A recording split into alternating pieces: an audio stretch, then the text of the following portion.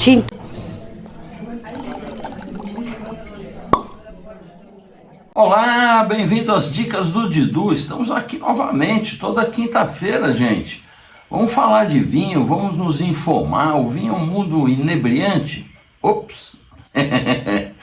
Olha, eu começo aqui com um pedido de uma amiga minha, a Lena, me mandou uma mensagem. Falou: Didu, pelo amor de Deus, ajuda a minha filha. A minha filha e o marido compram uns vinhos aí. Essa última compra deles veio vinho até que já estava aberto. Vocês podem acreditar nisso, gente? Aí, obviamente, eu indiquei os importadores, que normalmente eu indico aí os vinhos aqui, são pessoas sérias, gente que paga seu imposto direito, gente que armazena o vinho de forma adequada, sem trepidação, sem tomar sol. Não é vinho que fica em consignação na praia e depois volta bronzeado. Não é vinho que veio sacolejando no porta-mala do Uno velho lá, passando como contrabando aí pela fronteira. Gente, fuja dessa coisa, pelo amor de Deus. Você deve comprar vinho de quem você conhece, de empresas sérias, do lojista do seu bairro. Prestigie o pequeno comerciante do seu bairro, se informe, veja como ele cuida do vinho, veja se ele tem uma boa seleção. Ou você compra pela internet. Hoje todo mundo compra tudo pela internet. Você compra lá Mistral, Premium Wines, World Wine, 20 vinhos, Delacroix. Gente, só aí você tem mais de 10 mil vinhos para escolher, que você não vai conseguir tomar durante sua vida toda. E é gente séria que paga o imposto. Fuja do contatinho. Outro dia até o Alexandre, que me segue aí, ligou: você critica os contatinhos? Contatinho é vida, contatinho é tudo. Eu falei: não é, bonitão, o contatinho é o cara que está burlando a lei, que está trazendo um vinho ilegal e que é financiado pelo crime organizado. Os mesmos caras que um dia podem raptar seu filho.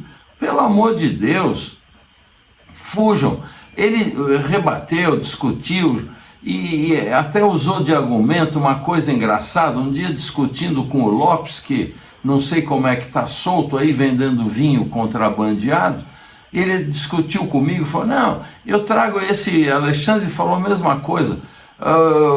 Esse cara vai para a Argentina e volta com uma cota de vinhos que ele pode trazer. O vinho é dele, ele faz o que ele quer.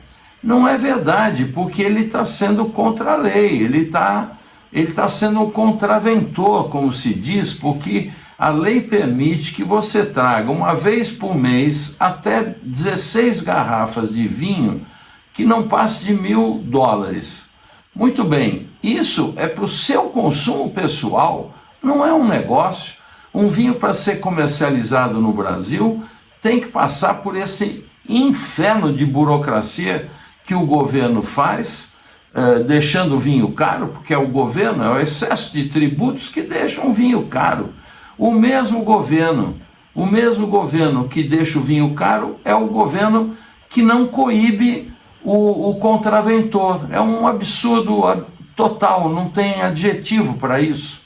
E os caras estão aí divulgando, tem vídeo toda semana, todo dia, milhares de seguidores e não acontece nada. Tá errado, né?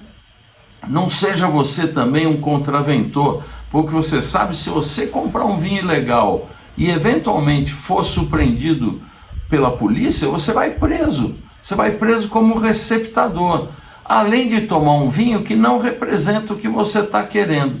Você acha que vai economizar e vai fazer mau negócio. E não se iluda, hein? Quando você sai com seus amigos e leva um vinho, fica garganteando que pagou muito mais barato, a hora que você vira as costas, todo mundo dá risada da sua cara. Você está fazendo é papel de trouxa. Por favor, não faça isso. Isso é perigoso, é injusto, é ilegal. Bom, não vou ficar bravo, né? A Aurora também me escreveu falando: Didu, eu tenho uma curiosidade, dizem que o vinho é muito antigo Você sabe me dizer qual é a vinha mais antiga, qual é o vinho mais antigo? Bom, Aurora, esse assunto é fenomenal, né? Porque a vinha tá, eu acho o nome, acho bárbaro, né? Vitis chama vida, né? Vitis é vida. E está no planeta há milênios, é mais antigo que o ser humano. Vinho antigo, o mais antigo que se conhece são escavações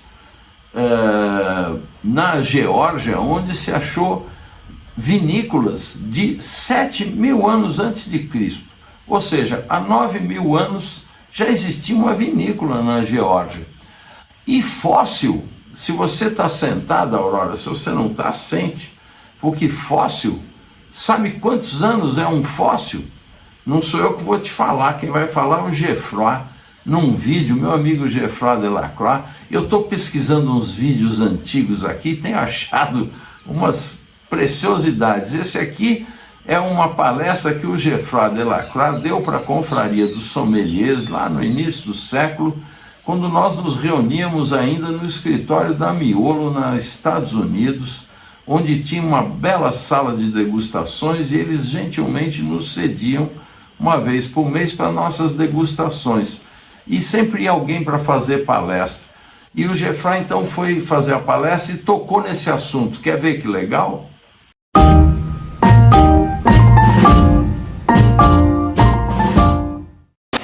Porque, não sei se vocês sabem, mas a vinha é uma das plantas mais antigas do mundo. Achamos, não sei se diz em português, fóssil da planta Vitis vinifera silveni, que é o ancestro do Vitis vinifera. Não sei se você quer tentar achar a idade dessa planta que achamos. Diz um número de idade de uma pessoa, não sei se... 6.000 anos. 6.000 anos. Pode ir um pouquinho mais. 8.000 anos. 65 milhões. Quanto? 65 milhões de anos? Milhões de anos. E Fóssil de Vitis vinifera? Exatamente. Uma das plantas mais antigas do mundo. É a razão fantástico. Porque foi a primeira planta com o ADN, DNA foi analisado. Porque pode revelar exatamente tudo no seu passado. E o primeiro vinho que encontramos tem uma idade de 7.000 anos. Vinho mesmo? Vinho. Achamos ânfora de vinhos no Irã. Numa montanha que se chama Zagros, dentro de uma caverna. E foi o vinho mais antigo do mundo. Fantástico.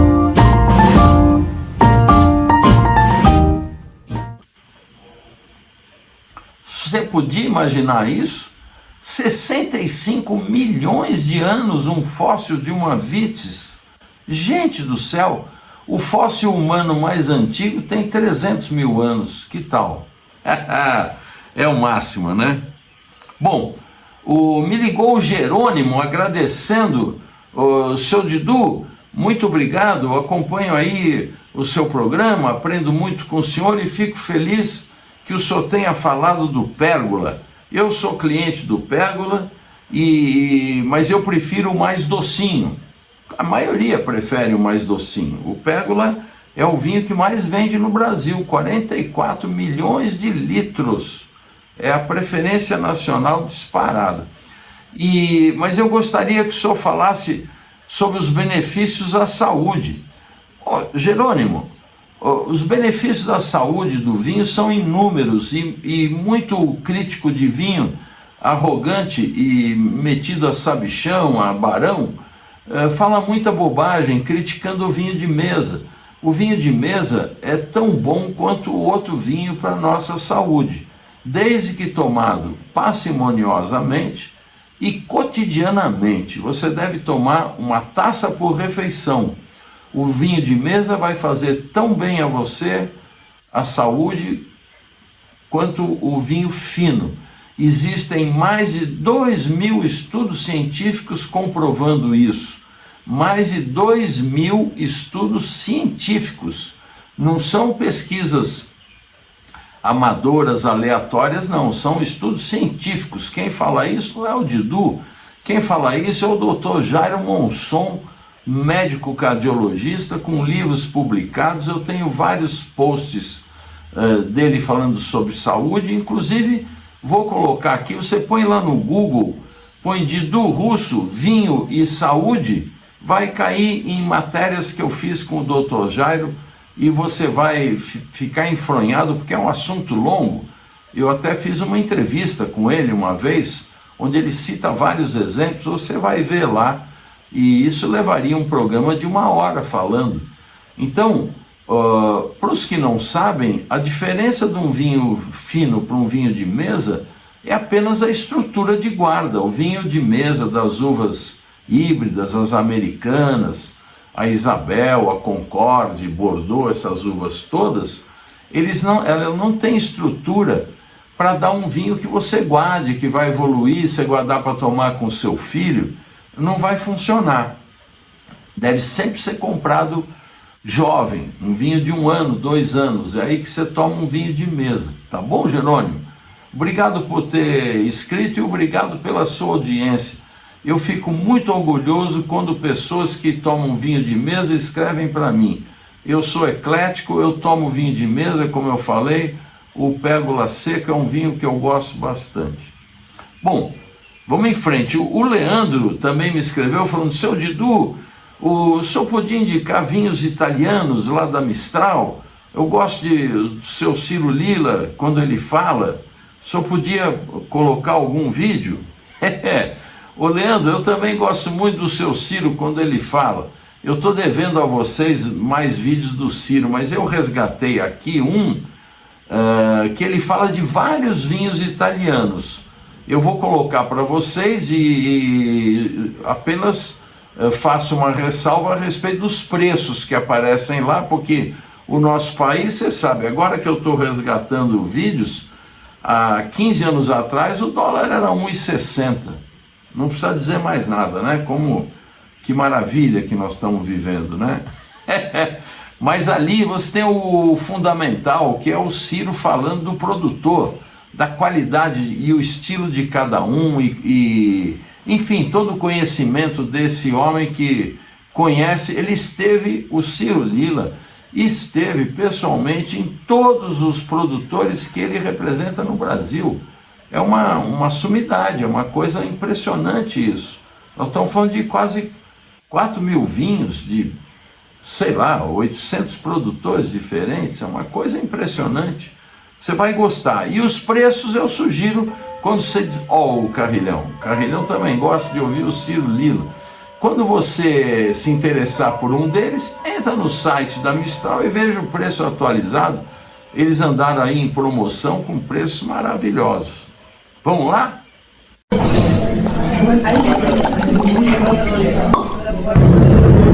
Ô Ciro, e esse Giuseppe Campagnola, hein? Me conta desse produtor, mais um Amarone legal. É engraçado, esse foi uma grande surpresa do Campagnola. O Campagnola foi o Otávio que descobriu numa Vinitaly e depois nós fomos visitar. Fiquei extremamente surpreso, nunca tinha exportado para o Brasil. Tem uma qualidade ótima, um preço espetacular. E até são 2 irmãos, o que nos atendeu era a cara do José Serra. É mesmo? Nossa, não é um só. Que engraçado isso. A gente se refere aqui na missão a ele como o José Serra. Ele tem toda a linha dos vinhos da região do Valpolicella, o Amarone, o Valpolicella, o Ripasso, o Suave. E tem um preço muito bom. Acessível e com qualidade. Produz quantidade grande, mas é um negócio familiar. E depois, no meio da visita, provando os vinhos dele, vendo a qualidade, o preço, eu falei, como é que esse cara nunca teve no Brasil? Aí eu falei, mas você nunca trabalhou no Brasil? Não. Aí eu falei, é um achado, como é que um negócio de um vinho desse ninguém traz no Brasil? Então nós trouxemos, é um enorme sucesso. Que Ele bacana, é não? imbatível em preço. Tem o Bardolino também, que eu não falei dessa região. O Bardolino é um vinho bem mais leve que o... Também um vinho tão adequado para o nosso clima, não? Tudo a ver com o Brasil, o nosso clima. Engraçado, É um vinho no passado fez sucesso, né, o Bardolino? Tem um pouco de moda, às vezes. Por algum motivo fica esquecido, né? O Bardolino é um vinho bem leve, muito gostoso, eu gosto bastante. E tem tudo, como você falou, tem tudo a ver com o nosso clima. Você traz o Bardolino dele também? A garrafa é muito bonita, né? Ela tem um formato bacana e tem um emblema aqui deles. Muito legal. Essa região é linda, né? Vale de Policella, né? Um vale de muitas vinícolas, não é isso? Muito legal. E come-se bem ali também. Puxa Ninguém me vida. fala, 11 horas da manhã que nós estamos gravando. Nossa Falar da Senhora. Itália, da comida italiana. Eu comi um tagliatelle lá que eu nunca vou me esquecer na vida. Que coisa linda. Obrigado, Ciro. Ô Ciro, esse Quintarelli, puxa vida, que nome esse cara, não? Você conheceu ele pessoalmente? Eu conheci o José Quintarelli e para quem acha que Valpolicella é um vinho sempre simples, sem grandes atrativos, não é bem assim. Tem uns 2 ou 3 produtores que fazem um super vinho de Valpolicella. Um deles é o Quintarelli. O Valpolicella do Quintarelli não tem nada a ver com o Valpolicella Que a gente encontra lá na região. no mercado. É um vinho muito mais encorpado. Eu diria que o Valpolicella do Quintarelli equivale ao Amarone de um outro produtor. Teor alcoólico alto, um vinho disputadíssimo na Itália. Difícil de conseguir você encontrar em um dos melhores restaurantes. E é engraçado que quando eu escrevi para eles falaram, vem aqui conversar. Eles querem conhecer, falar pessoalmente. Então eu sugeri um horário. Eu espertamente, achava que estava sendo esperto, marquei 11 horas da manhã. Degusto o vinho, aí a gente almoça com eles, ou na casa deles, ou no restaurante. Em algum lugar, né? Não é nada disso. Provamos os vinhos, fizemos um negócio, aí ele chamou um táxi. E não é comum isso, o produtor eles são... Ele mesmo vai, leva, dirige. tudo. Faz tudo. Então ele não pode cuspir, não tem cuspidor. É mesmo, hein? Ele se ofende no último, ele já morreu, né? A filha dele, mas se ofende no último se você cuspir o vinho. É mesmo, olha que É um vinho de interessante. 14, 15 graus. Nossa E você Senhora. tem que aguentar firme. Ele é uma exceção. Ele e o Dalforno Romano são os dois que produzem. Grandes nomes lá da região. É um pecado você comparar o Valpolicella desses dois com o Valpolicella normal. Normal. O Valpolicella normal tem suas virtudes, mas é outro departamento. E ele era rabugento porque normalmente esses pequenos produtores de muita fama normalmente são rabugentos. Se Né? não deixar você Cuspir já dá para ter uma ideia, né? Depois, normalmente, nunca me aconteceu isso. Você está com o produtor às 11 horas, termina meio-dia, meio-dia e meio, sempre te oferece o almoço. Né? Claro, ele chamou um tá. Então, muito prazer. E nós estamos com ele há bastante tempo. Eu gosto muito desse vinho. Me lembro uma vez, no verão, dava passeio na Itália com a minha mulher.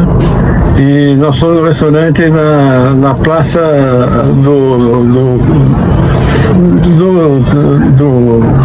da Arena, em Verona. Em Verona, tá.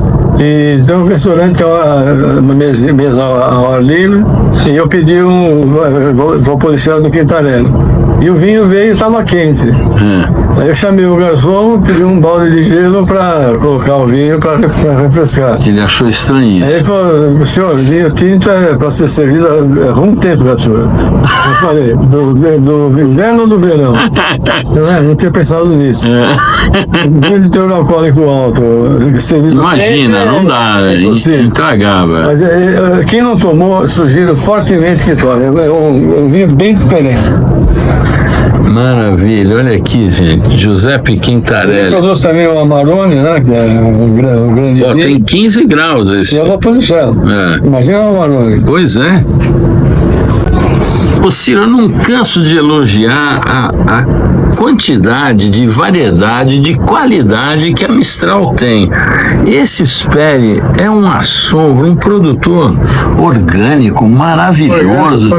Familiar. Puxa, que vinho maravilhoso que ele faz. Dentro do estilo clássico do Valpolicella, do Amarone, esse é um craque naquele estilo. O Quintarelli é um estilo muito mais encorpado e o Sperry é um craque no estilo mais delicado, mais leve. Muito elegante o vinho Muito dele. elegante. Eu visitei lá com o meu filho Otávio e fomos encantados com os cuidados todos da produção. Ele tem um ripasso maravilhoso, também bem acima da média do mercado. Um produtor pequeno, não é dos mais baratos, também não é o preço do Quintarelli, e tem toda a linha de Valpolicella, ou seja, tem o Valpolicella, tem o Amarone, tem o ripasso, que fica no meio termo entre os dois, e tem o Soar, que é o vinho branco da região. E vários níveis de... Tem mais do que um Valpolicella, mais que o ripasso, e tem o do Cru Santo Urbano, e enfim, é um vinho, a família que dá gosto de me apresentar. São fenomenais. Estamos ensaiando ver ele vir esse ano do Brasil. Seria legal, não? Seria, a personalidade é muito interessante. Agora, Ciro, uma curiosidade que eu tenho, acho que quem está nos assistindo também tem, você com um portfólio desse tamanho, você ainda vai numa feira e não resiste, você prova um vinho que você gosta, você fala, não, vou importar, é assim que acontece? No início não, veja bem, tem vários critérios de escolha. Quando eu comecei, eu tinha meus sonhos de enófilo, que eu gostaria que tivesse no Brasil e não tinha. Foi aí que eu comecei. Foi buscar os produtores que eu tinha escolhido como amante do vinho e que não tinha no Brasil. Então, esse é um capítulo, é procurar ter um portfólio que pegasse os principais países. Então, depois eu comecei a pegar, me apaixonei por vinhos que fui descobrindo no copo. Por exemplo, o Glomogador, um dos pioneiros do Priorato. Ninguém tinha Priorato no Brasil. E numa feira em Bordeaux, onde ele ia, ele ficava num trailer. É mesmo? Dormia no estacionamento da feira. E ele depois ouviu numa mochila e foi no estande do Telmo Rodrigues, uma personalidade da Espanha. E o Telmo falou, prova o vinho desse cara. Eu provei, dei um copo e falei, tem importador no Brasil? Não, tô louco pra ter. Então já tem. Olha, Isso deve fazer 25 anos por aí. Que coisa fantástica. Mas voltando do processo de seleção.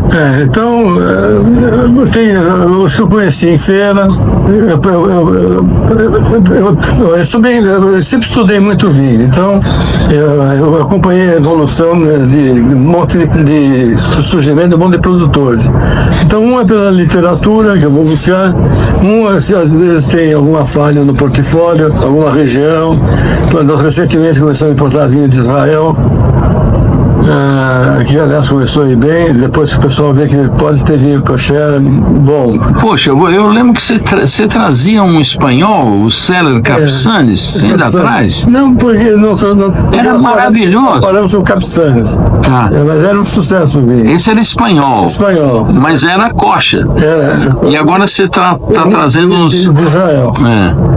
Tá difícil até a comunicação com eles agora, porque Não, imagino que coisa maluca que é isso. Vamos ver se o vinho não veio com o osso de pólvora, né? Pelo amor de Deus. Às vezes a Califórnia, aqueles incêndios. Que coisa, né? Então, incêndios causaram. O pior é que você só sabe se o vinho vai ficar com osso. Pois como é que faz isso, não? Depois você engarrafa, tudo perfeito. E dali a pouco aparece alguns o cheiro da fumaça. Em alguns vinhos e outros não. Então, é uma situação muito complicada, né? Bom, pode virar um vinho de coleção, tem que pegar o... Bom, eu gosto do vinho com um barril tostado mais forte. Mais né? forte. Mas eu gosto de fumaça para ser desagradável. Que coisa, não? Mas e assim você, então, sempre arrisca também, o caso desse cromulgador que você contou? Mas normalmente deu certo, nós deu muito prestígio para a missão ter descoberto tantos vinhos. Certamente. Eu lembro quando eu trouxe vinho da Austrália e todo mundo dizia que eu era louco, né? O importador que ele é amador, né? Não sabe o que vai se dar mal. Por sorte minha, uns 2 anos depois de ter comprado a missão, eu importei os vinhos importei o Grange da Penfolds. Você tá mal de boca, né? E virou o vinho do ano. Lembra? Foi capa de revista, tudo. Aí foi um sucesso enorme. Então, esse tipo de coisa, e outra coisa, para vinhos, um tipo de vinho, o Otávio, meu filho, ele é muito bom para selecionar vinho. Ele também é bom com vinho de alto nível, mas pegar um mar uma denominação sim, frascar. Tá. Você vai numa feira, tem um mar de frascate. Daí ele selecionar os bons dentro daquele mexidão de vinho que não vê que tem tanta personalidade. Sim. Então ele que seja representativo. Que seja representativo. Outra coisa, também eu ouço, na Mistal tem especialistas aí, o Rodrigo, o Cedric, que conhecem muito de vinho. Mas na maioria das vezes eu gosto de experimentar com a minha mulher e uma moça que trabalha pra gente em vinhedo, da Casa de Campo. É a opinião do consumidor. Claro. Então, e outra coisa que acho que ajudou também, eu tenho que eu chamo de paladar universal. Não é nem melhor nem pior que o dos outros, mas o que eu gosto, a maioria... Normalmente é o que faz sucesso. Faz sucesso. Então, a parte mais gostosa do trabalho de importador, para mim, pelo menos, é a escolha do vinho. Pena que você... Bom, por isso que virou um portfólio gigantesco. Pois é, porque não tem limite, né? Não tem limite, porque não pode... Toda hora tem uma coisa nova legal, uma região nova. É problema diplomático, porque um produtor tem ciúme do outro. Então, tem produtores que só estão juntos, só na Mistral, no mundo inteiro. Pois é isso que eu ia falar. Você é craque nisso porque está cheio de casos aqui. Você é uma grande parte do meu trabalho pessoal e do Otávio, lidar com os produtores, deixar todo mundo contente. E no geral eles gostam muito da gente, porque são famílias que acabam se curtindo, tem a mesma filosofia do vinho. Então essa parte é gostosa, mas só que eu faço pouco hoje, porque a Mistral tem um portfólio já bem completo. Pois é. Mas se surgir aí um vinho, sei lá, em qualquer lugar do mundo, Indonésia, esse lugar mais improvável, se for bom, eu vou buscar. Eu não tenho preconceito nenhum por lugar nenhum. Boa, Ciro, obrigado. Super legal, né? Super legal. O Zé Augusto me escreveu falando a respeito do Jerez e perguntou o que era a Venência, que ele andou lendo, e falando do Tio Pepe, por que a empresa chama Tio Pepe, várias perguntas aqui que ele fala, gosto muito. Eu aprendi a tomar Jerez vendo seus programas, olha que legal, Zé Augusto, obrigado. É um vinho realmente extraordinário, eu gosto demais do estilo, e então vamos por partes. Primeiro, pouca gente sabe que Pepe é o apelido carinhoso e respeitoso para todo mundo que chama José. Então, eu começo explicando a coisa do tio Pepe. Ô José, você é Pepe também, sabia? Porque José é o nome do pai de Jesus, não é? Então,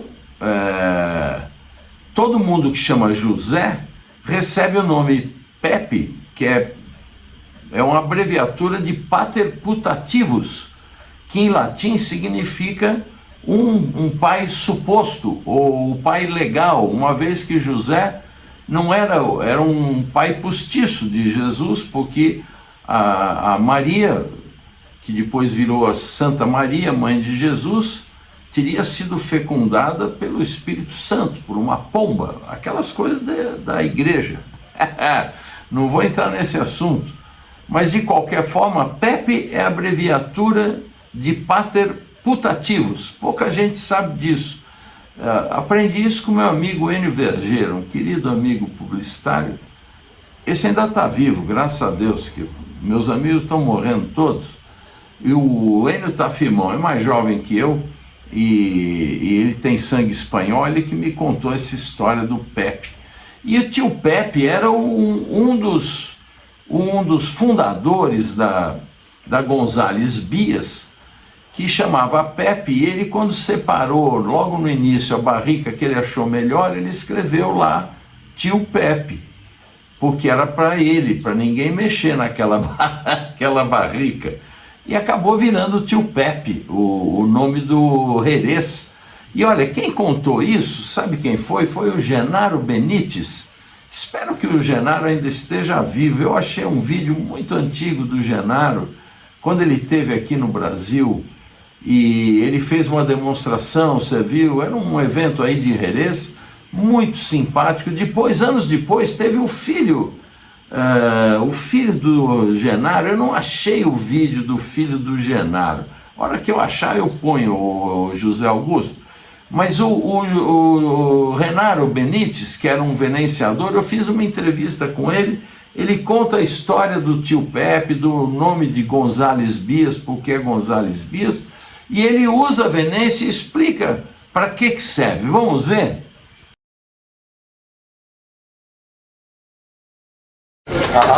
González Vías fue fundada en el 1835 por Manuel María González Ángel. Era un joven de 23 años que trabajaba en la banca, pero era un emprendedor, un hombre con mucho pensamiento de emprender cosas, y en Jerez lo que en aquel entonces se movía muy bien era el vino. Entonces él decidió montar una bodega, pero no tenía conocimiento del vino, pero sí tenía su tío, que se llamaba José de la Peña, que sí tenía conocimiento. Entonces él habló con su tío para que le aconsejara sobre el vino y poder montar su bodega. Entonces su tío dijo que sí, pero con una condición: que cuando montara la bodega, una de las botas que él eligiera la tenía que dejar aparte para invitar a sus amigos en el momento que quisiera. Y entonces ese fue el pacto. Entonces, una vez que monta la bodega y su tío elige la bota que quería, él pone bota del tío Pepe, se llamaba José, para que nadie tocara esa bota. Y luego este hombre empieza, una vez que la bodega se inaugura, se funda, entonces Manuel María conoció a un señor, un tal Duboc, en Inglaterra, que él comercializaba, o sea, importaba vinos de Jerez a Londres. Entonces tuvo contacto con él y lo asoció a la bodega. Luego también, durante el tiempo, buscó a otro socio, que fue Black Beard. Lo unió también, y entonces fue cuando la empresa llega a llamarse González Vías.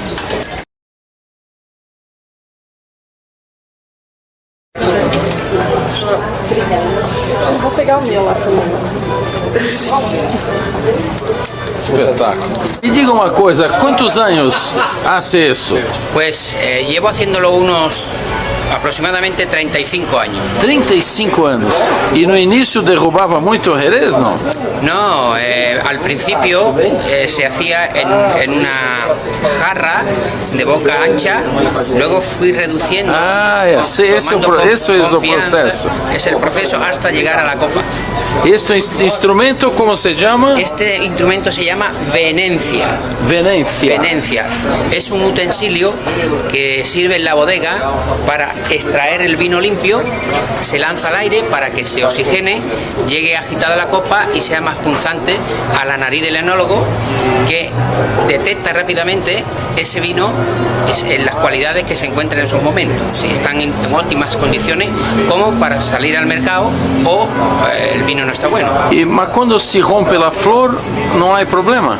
No, porque se rompe la flor de un golpe en seco y al sacar la venencia la flor vuelve a cerrar de nuevo. Maravilha. Congratulações. Muchas gracias.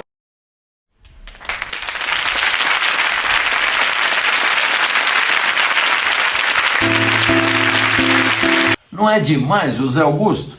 Você é o Pepe Augusto, José Augusto.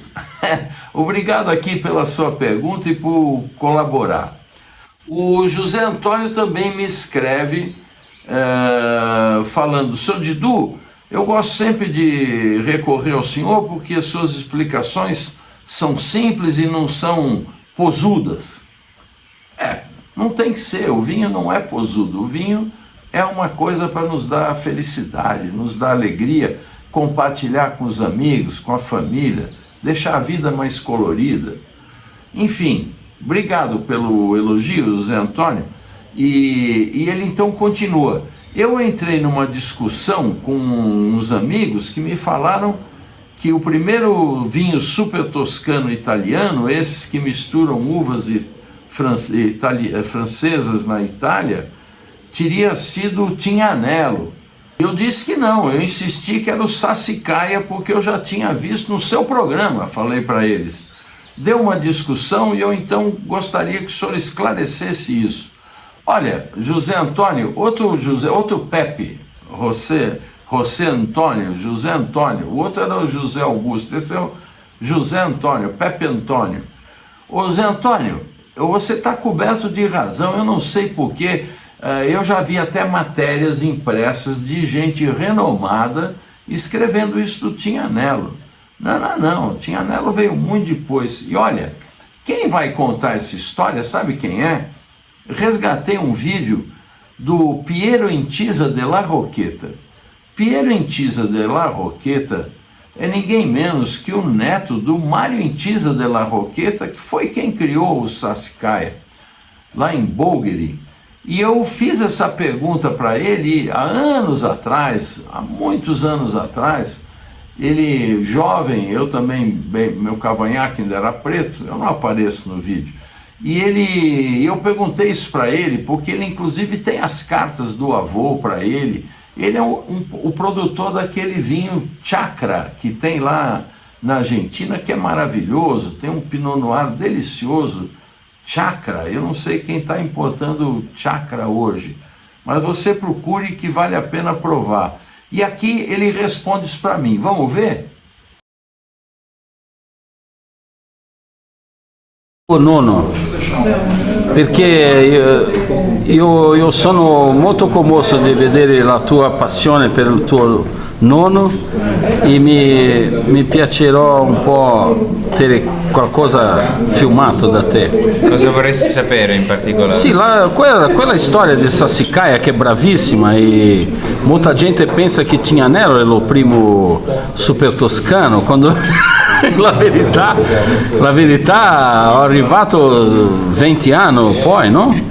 Ma mio nonno era un grande amante di vini francesi, è cresciuto tra il Piemonte e Roma. Sua madre era una principessa romana che si chiamava Chigi. E lui è nato nello stesso palazzo dove oggi risiede il governo italiano in Roma. Olha che bella storia. E ha fatto la sua famiglia paterna, era una famiglia militare familiare, perciò che aveva molta disciplina, forse molto dura, mentre la madre di famiglia romana molto più caotica, molto più, forse più calorosa anche allo stesso tempo.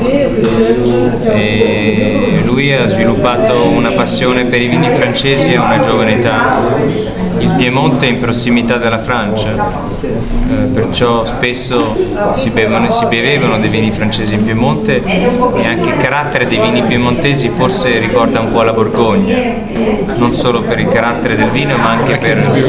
E c'è la mano francese nel Barolo, no? Nella storia del Barolo, con quello, come si chiamava quello? Non so quanto mano francese c'è, Okay. Lascia il francese, ma comunque quando si è sposato con mia nonna credo che in quegli anni lui aveva sempre sviluppato un gusto per i vini francesi e un gusto per la cucina francese, e a quei tempi la maggior parte dei vini italiani erano vini di un carattere molto rustico, non erano dei vini molto intellettuali, non erano dei vini eleganti, erano dei vini semplici fatti per essere consumati con il cibo toscano, che era semplice e rustico. Vini giornalieri. Non è mai stato un vino grande e sofisticato, con i suoi problemi, perché era un vino che non viaggiava molto bene, era un vino che bevendolo in loco era buono, ma se uno se lo riportava a casa spesso non aveva la stessa qualità. Questi vini, il carattere di questi vini spesso lui non ci si ritrovava, non li trovava interessanti, non li trovava eleganti, non li trovava forse intellettuali, e ha voluto cominciare a fare un vino diverso, un vino che all'epoca è stato considerato un vino moderno nel suo stile e nel suo uvaggio. Cabernet Sauvignon non è stato piantato in Italia in modo come viene piantato oggi, nel senso in così tante regioni dell'Italia, e soprattutto lui aveva implementato delle tecniche che aveva visto in Francia che in Italia ancora non esistevano. Per l'invecchiamento usava delle piccole botti di rovere che oggi sono chiamate barrique. Le vigne del Sassicaia che aveva piantato erano vigne con una più alta densità di piantagione e erano più vicine alla terra, perché pensava che di notte la terra emetteva il calore che aveva ricevuto durante il giorno, e questo poteva forse facilitare la maturazione, ma soprattutto una certa armonia nella maturazione. Nei primi anni il marito della sorella di sua moglie, Niccolò Antinori, gli ha sempre detto: Mario, scordati il vino, forse è meglio che continui a occuparti dei tuoi cavalli da corsa, perché non farai mai un vino buono a Bolgheri, è impossibile fare un vino buono a Bolgheri. Che bello. Mio nonno, che aveva un grande senso dell'umore e anche era molto spiritoso, credo che queste parole l'hanno fatto ancora di più volere cercare di sperimentare, perché per lui era sempre un esperimento e di cercare di fare qualcosa di diverso. Aveva visto che Bolgheri aveva delle caratteristiche molto simili alle caratteristiche di Grave, tant'è vero che Sassicaia vuol dire un posto con tanti sassi. La prossimità del mare, secondo lui, non era una cosa negativa, ma bensì forse era uno degli elementi che avrebbe potuto dare una contribuzione soprattutto nella composizione del suolo. Ha piantato la prima vigna nella parte degli anni 40 e ha piantato qualcosa di diverso, ha piantato del Cabernet Sauvignon e del Cabernet Franc. In 40? Sì, pensando che quello era l'uvaggio più addetto il nostro terroir di Bolgheri, un Bordeaux blend come viene definito oggi. Non era un grande amante del Sangiovese, non lo riconosceva come un cépage noble come direbbero i francesi, e ha continuato a sperimentare. I primi risultati penso che sono stati un po' frustranti, perché il Cabernet, quando le vigne sono molto giovani, può avere una tendenza a essere un po' astringente e una giovane età forse non così seducente, soprattutto in quegli anni dove il vino venne ne veniva fatto in una maniera un po' diversa.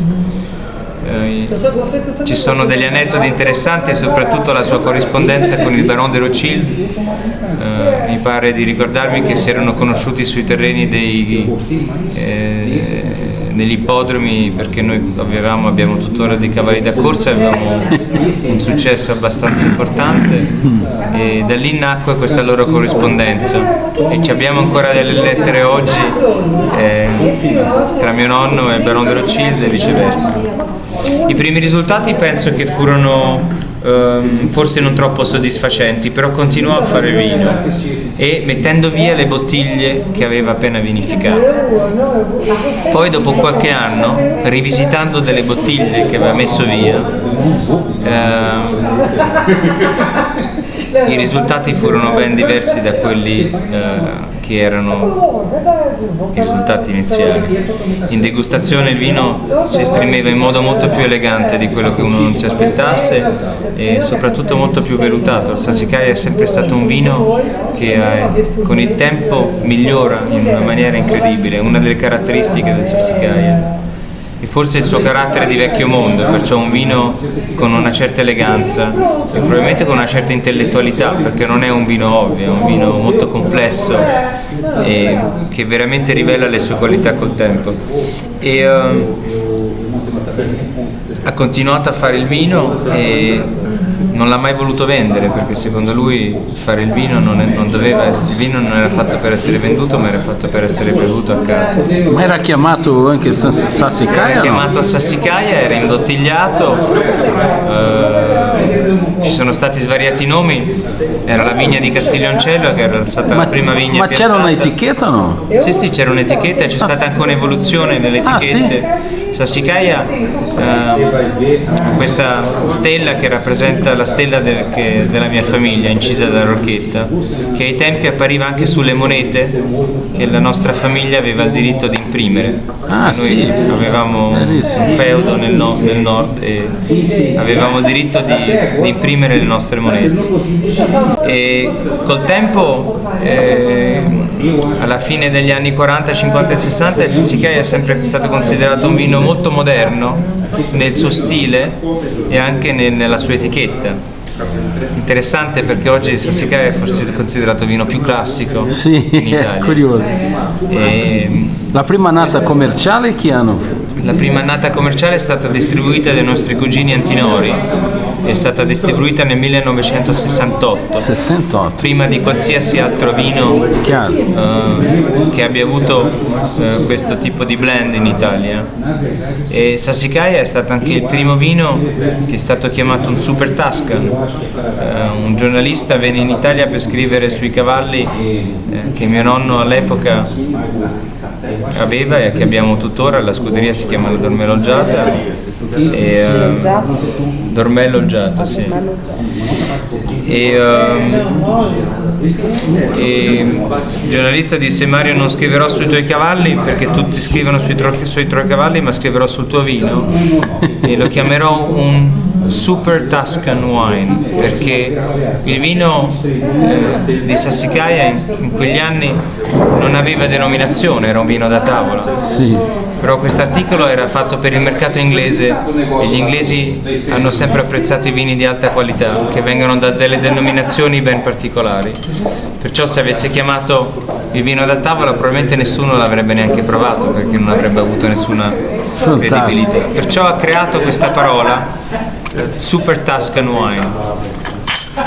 Oggi Sassicaia ha la sua propria denominazione privata e purtroppo a mio avviso Super Tuscan è diventata una parola che tutti usano in maniera forse non giusta e che non rende necessariamente un'idea di quello che forse come potrebbero o come dovrebbero essere le cose.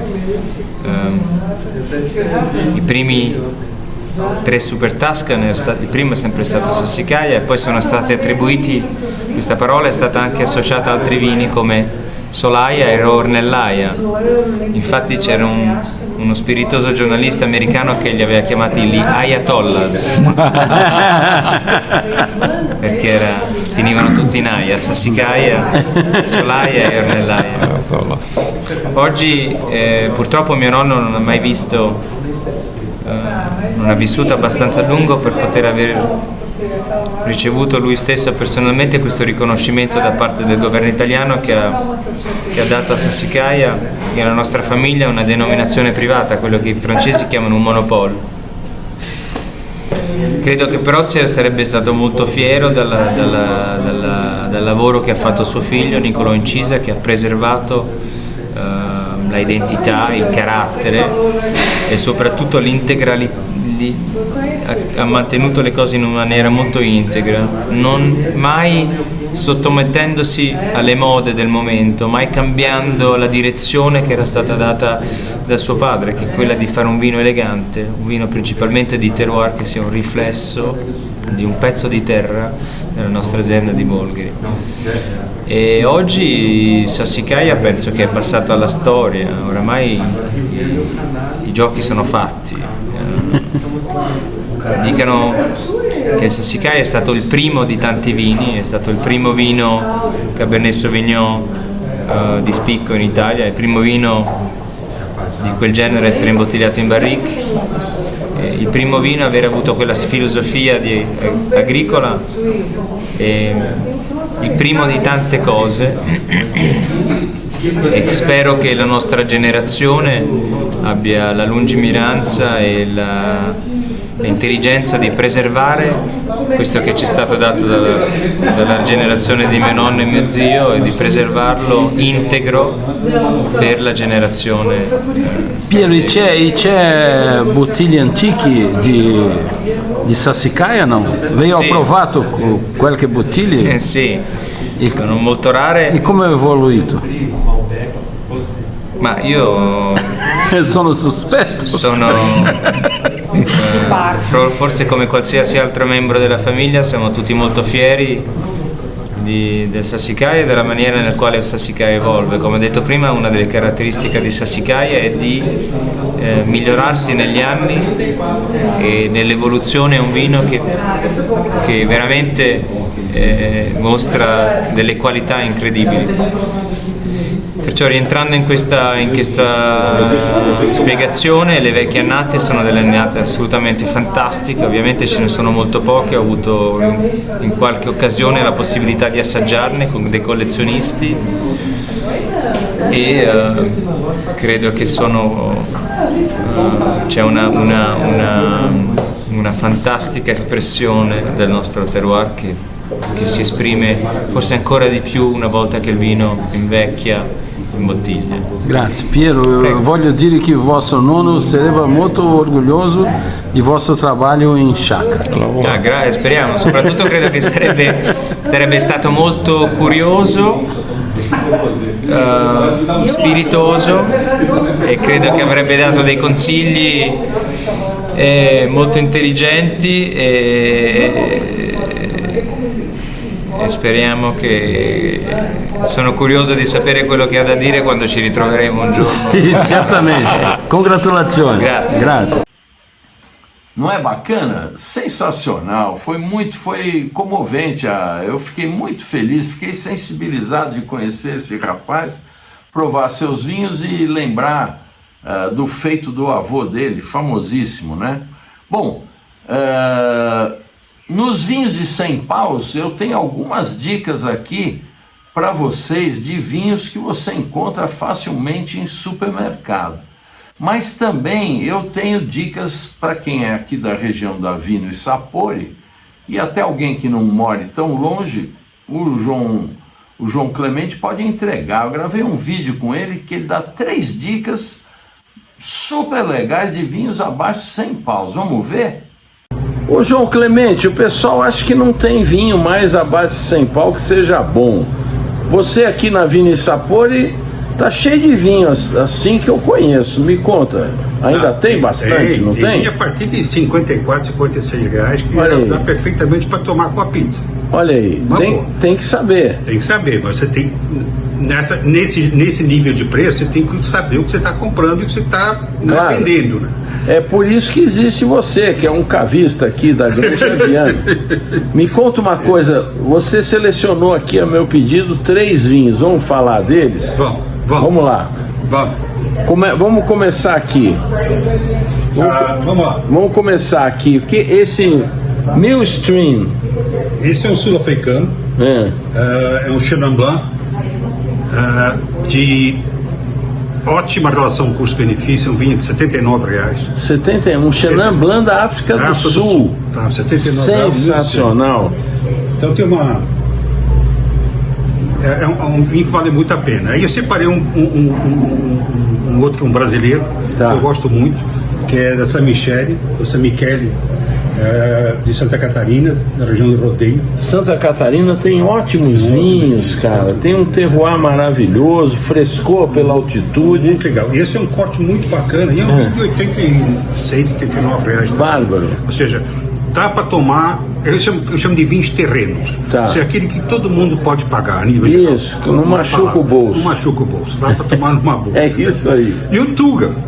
Esse aqui, Mula Velha. Mula Velha. Cara, esse vinho é demais. É mesmo? Que casta é? Muito legal. Isso é da região Tejo, ou Lisboa, agora não estou me lembrando exatamente. Pô, são vinhos salinos, muito frescos. Muito fresco, muito frutado. E o próprio nome já é genial. Já dá vontade de comprar por causa do nome. Mula Velha. Nem que você sinta uma mula velha, você compra o vinho. Esse é o vinho de R$98. Olha aí, gente. Mas tudo abaixo que sem pira. 3 dicas. Ô, João, e quem não é da Granja Viana, como é que faz? Você manda entregar? Manda entregar. Ainda hoje fechei 2 pedidos para São Paulo. Olha aí, o cara liga para onde? Liga para o meu celular, o meu WhatsApp, que é 11 99 600 7071. Maravilha. Tem um monte de coisa. Obrigado, João. Obrigado, Cedidor. Bárbaro, né? O João Clemente é um show, um grande amigo. E olha, as dicas de supermercado são as seguintes. A linha varietal da Aurora. Eu gosto demais. Tem vários, olha, R$42, gente. É brincadeira. Você pode, inclusive, fazer um percurso conhecendo esses varietais, porque tem o Pinot Noir, tem o Rebo, tem o Riesling itálico. Uma delícia o Riesling itálico nesses dias quentes. Você tem o Chardonnay também, tudo 42. Você tem o Petit Verdot. Você já tomou um Petit Verdot em pureza? Experimente, não vai machucar seu bolso. E Marcelin, já tomou? Também tem, ó. Olha, o Viognier. Viognier é uma uva extraordinária, versátil, é densa, tem untuosidade e tem frescor, um grande vinho.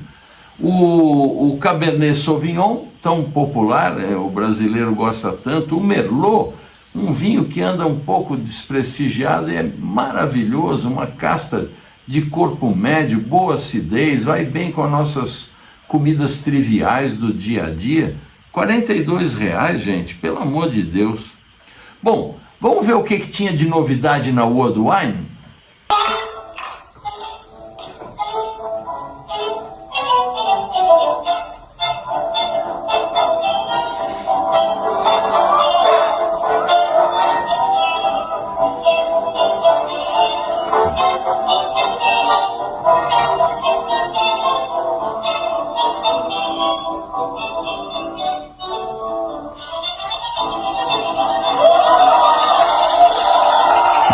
Só não gosta de milonga quem não conhece, pelo amor de Deus. Não é porque é coisa de velho, é coisa boa. As pessoas têm que ter um pouco mais de informação. Outro dia eu falei do Finca Sofênia, vocês lembram, lá de Gualtalarim, Tupungato? 130 hectares de vinhos sustentáveis, gente. Um espetáculo. E eles fazem maravilhas em vários níveis. Esse aqui é um vinho de entrada, eu indiquei outro dia o tinto. Vocês devem estar lembrados. E agora eu estou indicando o branco, com Chardonnay prioritariamente, Sauvignon Blanc e um toque de Torrontés. Um show de vinho dos para el tango que vale muito a pena você curtir, porque ele tem aquele toque de pêssego, de jasmim, uma erva doce. Um espetáculo de vinho com um grande frescor, acompanha bem massas diversas, queijos de massa mole novos, aperitivos, canapés, frutos do mar, um show refrescadinho. Olha, gente, vinho de 2 dígitos, orgânico, sabe lá o que é isso? Vinho puro, orgânico, de 2 dígitos, você encontra lá na World Wine. Tá aqui, 2 para el tango, blanco. Ah, tá querendo um pouco mais da milonga? Vamos lá.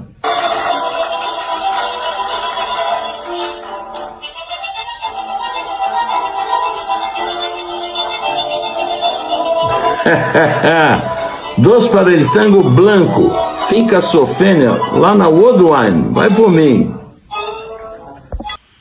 Show, né? Essa dica é boa, hein? Eu gosto esse do tango. Parará, parará. Quem é que não gosta? Quem que não gosta de uma milonga? É só quem não conhece. Milonga é demais. E o meu amigo Gefrá, vamos lá ver o que tem. O Gefrá acho que está viajando, eu estou precisando gravar de novo com ele. Mas vamos dar uma dica aqui da Delacroix para vocês. E tem mais novidade do Rambert? Alors, do Rambert tem outro vinho que é referência a Brigitte Bardot. Sur la plage. Sur la plage, porque você sabe que tem essa música que chama Sur la plage abandonnée, que é uma música conhecida dela. E então é homenagem para ela. E um vinho também que fugiu um pouco dos padrões, porque é 100% Colombá. Ah, é? Olha que interessante isso, não é comum. Não é comum de fazer esse tipo de vinho, mas é a mesma coisa. É a assinatura do Rambert, essa elegância, essa fruta super limpa. Você harmonizaria com o que a Colombá? Colombá aqui harmonizar, acho que um tartar de peixe, já funciona super bem, por exemplo. E é vinho caro, Gefrão? Não, está saindo R$142. Nossa, cara, isso é... E olha, para ter a assinatura do Rambert, não, exatamente. Só por isso já valeria o dobro, na minha opinião. Porque ele é um super craque, né? Olha aí, gente, que dica na Delacroix. Já provou um Colombá? Gostaram? Bom, gente, para terminar, vocês não sabem, eu estou pesquisando em disquetes, estou pesquisando na internet, vídeos antigos meus, porque a gente mata uma saudade, gente que já morreu, gente que desapareceu do mercado. E eu achei um fragmento, porque o disco está corrompido, mas eu peguei um fragmento do primeiro programa celebre que eu fiz lá no início do século, que convidei o Otávio Piva, que era o principal patrocinador. Eu começo já num pedacinho de um merchandising que a gente fazia com o vinho da Expande, e a Ana Rita falando de harmonização do bacalhau com vinho tinto, e depois um trecho do Otávio. Vamos ver que legal? A receita tem que ser um pouco incrementadinha, então uma azeitona preta, um pimentão, que dá um pouco de estrutura. Na minha região tem uma receita que vai até a lite, que fica, porque o nosso bacalhau não é salgado, é seco. Então chama um pouquinho um ingrediente como uma lite que dá um toque de sapidez ao prato. No caso de hoje, nós escolhemos o vinho tinto e sugiro essa receita de um bacalhau mais incrementado, com um pimentão vermelho, um pouco de ervas. É o Quinta do Valado. Quinta do Valado, 2005.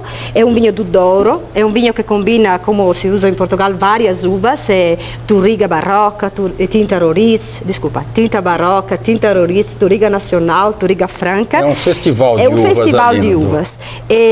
Na Expand está uma promoção especial. É boa a promoção? Essa é o primeiro merchandising aqui, tem que caprichar, hein? Qual é a oferta para os telespectadores? De R$ 69,50 para R$ 49. 49? R$49. Olha, vou experimentar o Valado, hein? Vou experimentar o Valado e vou fazer um belo bacalhau. Você escolha a sua receita e aproveite essa oferta exclusiva do nosso programa. Então, Otávio, você sabe que esse Quinta do Valado aí me lembrou uma história. Eu quando fui a Portugal a primeira vez com a minha mulher, era jovem ainda e estava num momento cheio de grana. A gente faz às vezes umas coisas de euforia, né? Fiquei lá em Cascais, num hotel chamado Albatroz. Lindo, não sei se você conhece. um antigo casarão de algum milionário que virou hotel em cima do mar, batia as ondas. Eu fiquei no melhor quarto. A moça me falou: olha, esse quarto é onde fica o seu Bernie Eccleston, quando tem a Fórmula 1. Eu com a minha mulher ali, levei minha caixa de charutos e tal, descemos para o restaurante. Cheguei lá, tinha um senhor, o sommelier, um velhinho bonitinho, de cabelo branco, todo penteadinho assim, com o lado grosso do pente, arrumadinho. Nossa, então, eu falei, ele chegou, eu falei: boa noite, meu amigo, por gentileza, eu vou pedir um bacalhau e gostaria que o senhor me indicasse talvez um vinho verde, porque aqui no Brasil os portugueses, com essa coisa do calor, trouxeram a cultura do vinho do minho e ficou. Você vai nos restaurantes populares portugueses, é tudo vinho verde. Ele olhou para mim, ele tinha idade para ser meu avô, botou a mão para trás, muito gentil, falou assim: vinho verde com bacalhau é coisa de português no Brasil ou brasileiro em Portugal. mas como? O vinho bacalhau não é um peixe? Não é com vinho branco? Ele falou: bacalhau não é peixe. Como bacalhau não é peixe? Bacalhau é bacalhau e come-se tomando um tinto da bairrada. Olha que Aí eu falei: meu Deus, mas por quê? Aí tomei, ficou uma maravilha mesmo. Depois, estudando aquela coisa do método Mercadini, naquela época eu só era um consumidor de vinho, né? Depois vem essa explicação que a Ana Rita acabou de nos dar, da coisa da untuosidade do bacalhau que pede o tanino, né? E aqui no Brasil ainda existe uma divisão dos brancos chardonnays barricados e dos tintos, né? Eu sou mais do tinto com bacalhau, e você? Depende, se tiver muito calor, eu vou num branco. Vai no branco, refrescadinho. E se não tiver tanto calor, eu vou no vinho tinto. Depende, e ele fica bom com os dois, realmente. Fica bom. Eu fui uma vez no Taylor's, vinho do Porto, né?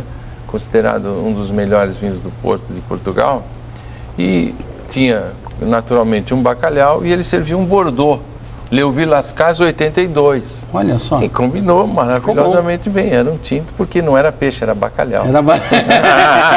E quem estava me recebendo não era um português, era um inglês. Você vê? Falando e tal. Eu achei interessante. Falei: ué, e é uma quebra de paradigma, né? Agora, Otávio, me conta o seguinte: você que vende vinhos do porte de um Romanée Conti, um dos vinhos mais caros, aliás, eu tenho uma imagem, vou tentar recuperar do nosso amigo Vilene, quando esteve no Brasil, que eu tive o prazer de estar na degustação que você convidou.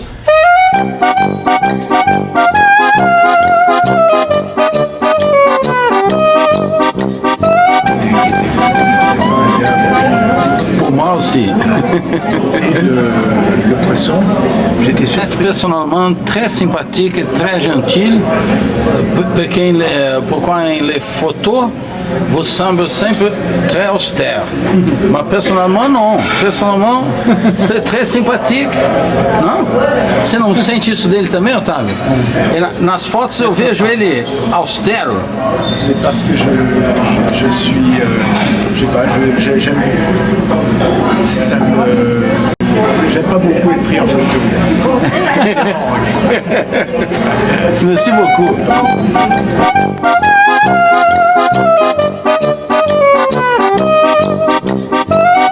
Você também tem vinhos mais simples. O vinho, para ser bom, tem que ser caro, porque o nosso telespectador deve ter essa dúvida, né? As pessoas falam: não, o vinho é bom quando é velho, o vinho caro é que é melhor. Como é que você vê esse assunto? Eu acho o seguinte: vinho bom é aquele que você mais gosta. Essa é a abertura do nosso programa. Primeira coisa é isso, você mais gosta. É isso, então, não existe uma regra fixa e a gente também não pode complicar. As pessoas complicaram um pouco o vinho e deixaram as pessoas com medo. O vinho é uma coisa simples para ser tomado no dia a dia, como parte. Você vê, o italiano, a comida não desce se ele não tomar o vinho. Claro, é uma cultura de 2000 anos. É isso mesmo. Os portugueses tomam vinho, os franceses tomam vinho, descansam depois. Se toca o telefone na França à 1h, só pode ser um estrangeiro, porque o francês está almoçando, ele não tá. O italiano também está almoçando ou então está descansando. Então isso dá uma nova maneira de você desfrutar das boas coisas da vida, né? Eu concordo. E não tem esse negócio de preço, eu acho até o contrário. Quanto menos caro o vinho, melhor o prazer, porque você pode descobrir grandes coisas. É mais fácil de repetir. Eu, por exemplo, tomo Rio Sol quase todo dia. E eu fico com ele na taça, depois de uns 20 minutos. Ele evolui muito, né? Você vê com que esse aqui... copo Riedel fantástico. Olha os aromas que tem esse vinho hoje. Tem um chocolate, tem uma ameixa. Olha. Gente, aproveitem a oferta, hein? Aproveitem a oferta porque, de quanto é que você fez, Otávio? De 48 para 38. Para 38, expande.com.br.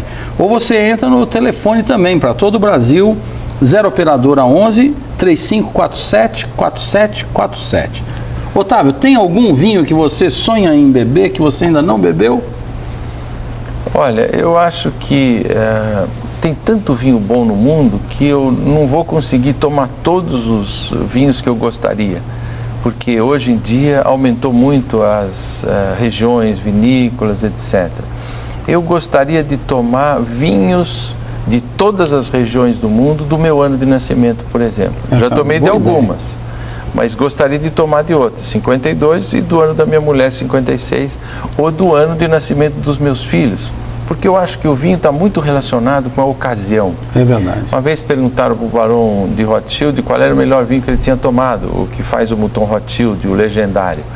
Eu não me lembro, era um vinho de mesa, mas eu estava com a mulher da minha vida. Olha que maravilha. O melhor vinho que eu tomei foi uma champanhe Tétanger Rosé, quando eu estava de férias no Caribe com a minha mulher, no aniversário dela, onde eu cantei Eu Sei Que Vou Te Amar com meus filhos. Olha que maravilha. E a lua bonita, puxa, parecia um brilhando, e eu lá tomando com a champanhe favorita dela, que ela adora champanhe olha rosé. Só. Então, depende muito da companhia. Você tomar o vinho em 2 pessoas é uma maravilha. O vinho une, ele aquece o coração, aumenta os vínculos, e tudo se resolve conversando e tomando uma boa taça de vinho. Até esses problemas que a gente tem, crise, dificuldade, tudo é o ângulo. Senta em casa, come um pãozinho, queijinho, relaxa, toma uma taça de vinho, tudo muda de figura. E tudo no fim, minha avó dizia, no fim, Otávio, dá tudo certo, tudo se resolve. Daqui a 10 anos, você vai lembrar dos problemas que eram enormes hoje, eles já acabaram. Acabaram, é isso mesmo. É tudo uma bolha de sabão, desaparece. E a gente tem que ir vivendo a vida com esperança, com confiança no futuro, sem se preocupar tanto com as coisas que aparecem, e resolvendo numa boa, com alegria, com entusiasmo, com otimismo, que o Brasil é um grande país, né? Nós temos a sorte de viver nesse país maravilhoso que é o Brasil, onde tudo dá, e agora está crescendo, virou a bola da vez do mundo econômico, investimento. Você olha para o mundo inteiro, Estados Unidos caindo, crise no dólar, buracos enormes, Europa estagnada. Não é? Nós estamos muito bem, mesmo. Porque você pega a energia, o álcool, não é? As riquezas naturais, a carne nossa fantástica, tudo. Até agora. E o vinho, Rio Sol. Vinho, Rio Sol, porque ele não tem conservantes, é biológico, faz super bem para a saúde, né? Otávio, eu quero agradecer a tua presença aqui, fazer um brinde, vamos celebrar aqui esse primeiro programa, juntamos a nossa primeira rolha e aguardo vocês sempre aqui no Celebre. Saúde!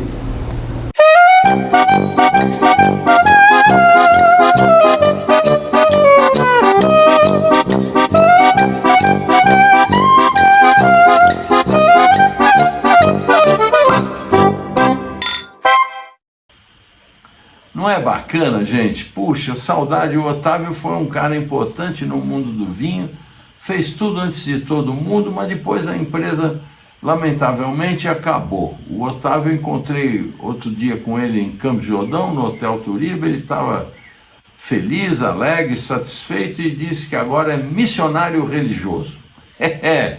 E deu aquela gargalhada dele. É uma boa pessoa. Enfim, cada um segue o seu caminho. Olha, agradeço a vocês, a audiência. Semana que vem nós estamos de volta. E olha, beba com moderação, é uma taça por refeição, gente, tá certo? Semana que vem estou de volta. Saúde!